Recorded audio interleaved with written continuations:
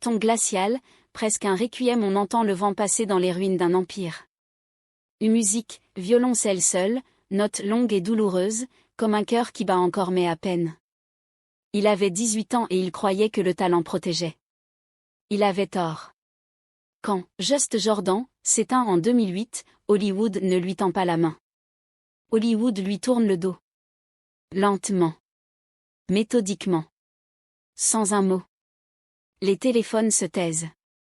Les agents changent de trottoir quand ils le croisent.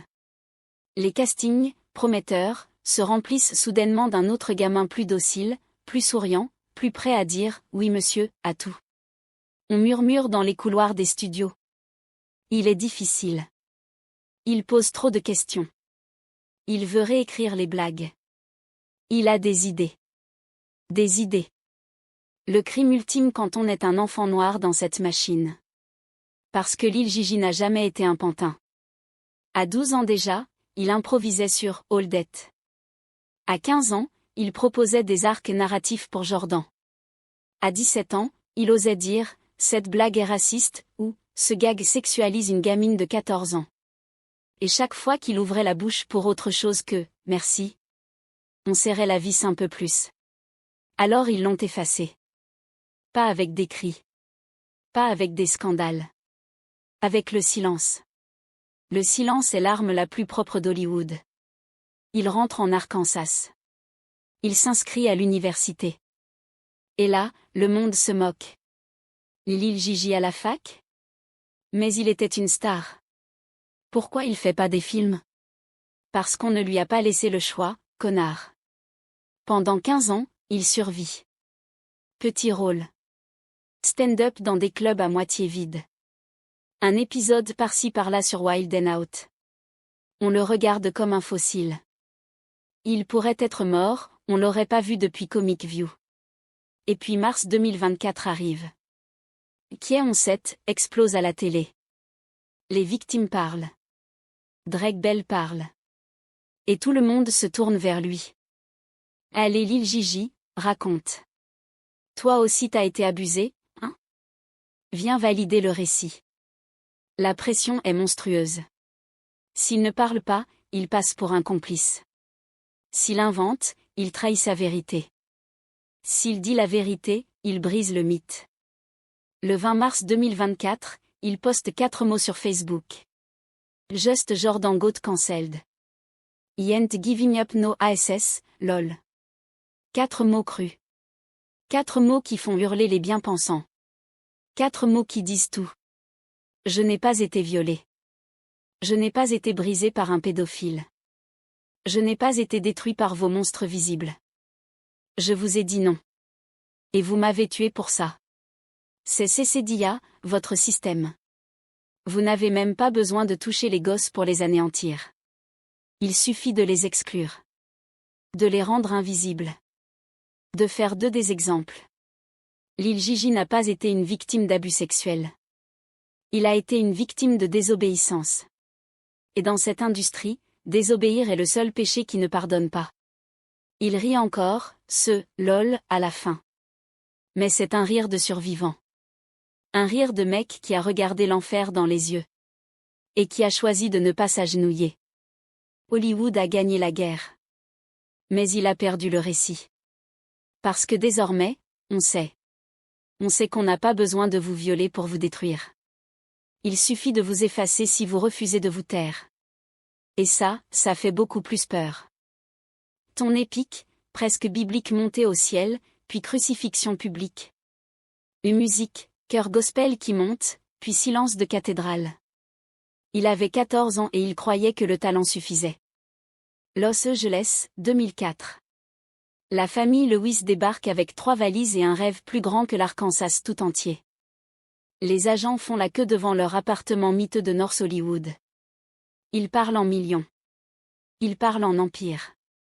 Ils parlent comme des prophètes. Et le gamin écoute, les yeux écarquillés, la bouche ouverte. Il signe. Il signe tout. Il entre dans l'arène des Hold It, comme David face à Goliath.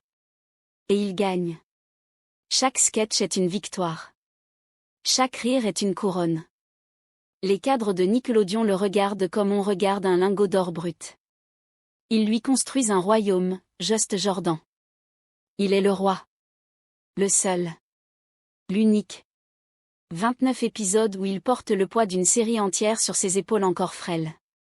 Il joue, il improvise, il pleure, il fait rire, il grandit en direct à l'écran. L'Amérique l'adore. L'Amérique l'appelle, le futur. Et puis la grève tombe. Comme la foudre sur Sodome. 100 jours sans écriture. 100 jours sans vie. Quand la pluie s'arrête, le royaume est déjà en ruine. Nickelodeon rend son verdict. Le roi est mort. Vive le prochain. Il a 18 ans et il est déjà un ancien combattant. Il cherche du travail. Il n'y en a pas. On lui ferme les portes qu'on avait ouvertes à 2 battants quand il avait 11 ans. Il devient une légende urbaine. Tu te souviens de Lil Gigi? Il paraît qu'il a disparu. Il paraît qu'il a craqué. Il paraît qu'il a dit non à Dan Schneider. Il ne dit rien. Il encaisse. Il va à la fac. Il se reconstruit en silence. Pendant que le monde continue de rire aux blagues qu'il a écrites à 12 ans. Et puis un jour de 2024. Alors que les victimes de Nickelodeon commencent enfin à parler. Il poste 4 mots sur Facebook. 4 mots qui font plus de bruit qu'une explosion. Just Jordan got cancelled. He ain't giving up no as, lol. Et dans ce « lol », il y a tout. La rage. La douleur. L'ironie. La survie. Parce que le gamin qui faisait trembler Hollywood à 11 ans est toujours là. Il a juste appris que les couronnes les plus brillantes sont souvent faites de barbelés.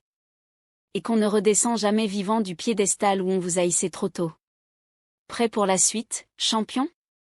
Envoie-moi le prochain morceau, je vais le transformer en tragédie grecque ou en épopée sanglante, comme tu veux.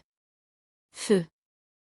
Ton épique, rageur, presque révolutionnaire comme un discours de fin de film qui donne envie de tout brûler. Une musique, tambour de guerre, cœur qui monte jusqu'à l'explosion. Ils ont cru qu'ils l'avaient enterré vivant. Ils se sont trompés. Quand la série tombe, ils pensent qu'il va ramper. Qu'il va supplier. Qu'il va accepter n'importe quel rôle, n'importe quelle condition. Du moment qu'on le laisse remonter sur scène. Mais Lil Gigi ne rampe pas. Il se redresse. Il retourne en Arkansas. Il met un sac à dos. Il va à la fac. Il devient frère de fraternité. Il vit. Et le monde hurle au scandale. Une ex-star Nickelodeon qui fait des études? Quelle honte! Non. Quelle victoire! Pendant que les autres se noient dans la drogue, les procès ou la folie. Lui respire. Il parle. Il dit la vérité quand on lui demande. Oui, c'était dur. Oui, on m'a volé mon adolescence. Mais non, personne ne m'a touché. On m'a juste puni d'avoir eu une colonne vertébrale. Et quand, Kieon-7, sort? Quand tout le monde veut sa larme, son trauma, son témoignage larmoyant. Il refuse de jouer le jeu. Il refuse la couronne de victime qu'on veut lui coller de force. Parce que c'est plus vendeur, plus tragique, plus Netflix. Il balance 4 mots crus, 4 mots de feu. Just Jordan got cancelled. He ain't giving up no ass, lol. Traduction. Je n'ai pas été violé. Je vous ai dit non. Et vous m'avez blacklisté pour ça. Voilà votre système. Voilà votre vraie violence. En un poste, il fait tomber le masque. Il révèle la vérité que personne n'osait dire. Le pire crime, à Hollywood, ce n'est pas toujours de toucher les enfants. C'est de leur demander de se taire. Et quand ils refusent, on les enterre vivants. Mais lui, il est revenu d'entre les morts. Pas en victime. En homme libre. Et ce, lol, final? C'est le rire du diable. C'est le rire de celui qui a regardé le monstre dans les yeux. Et qui lui a craché à la gueule. Hollywood a cru le réduire au silence. Il a juste appris à parler plus fort. Et maintenant, le monde entier écoute. Respect, roi. Tu n'as pas plié. Tu n'as pas menti. Tu n'as pas vendu ton âme pour un comeback. Tu as gagné. Fin de la vidéo? Non. Début de la légende. Envoie la suite quand tu veux, frère. Je suis chargé à bloc. Feu.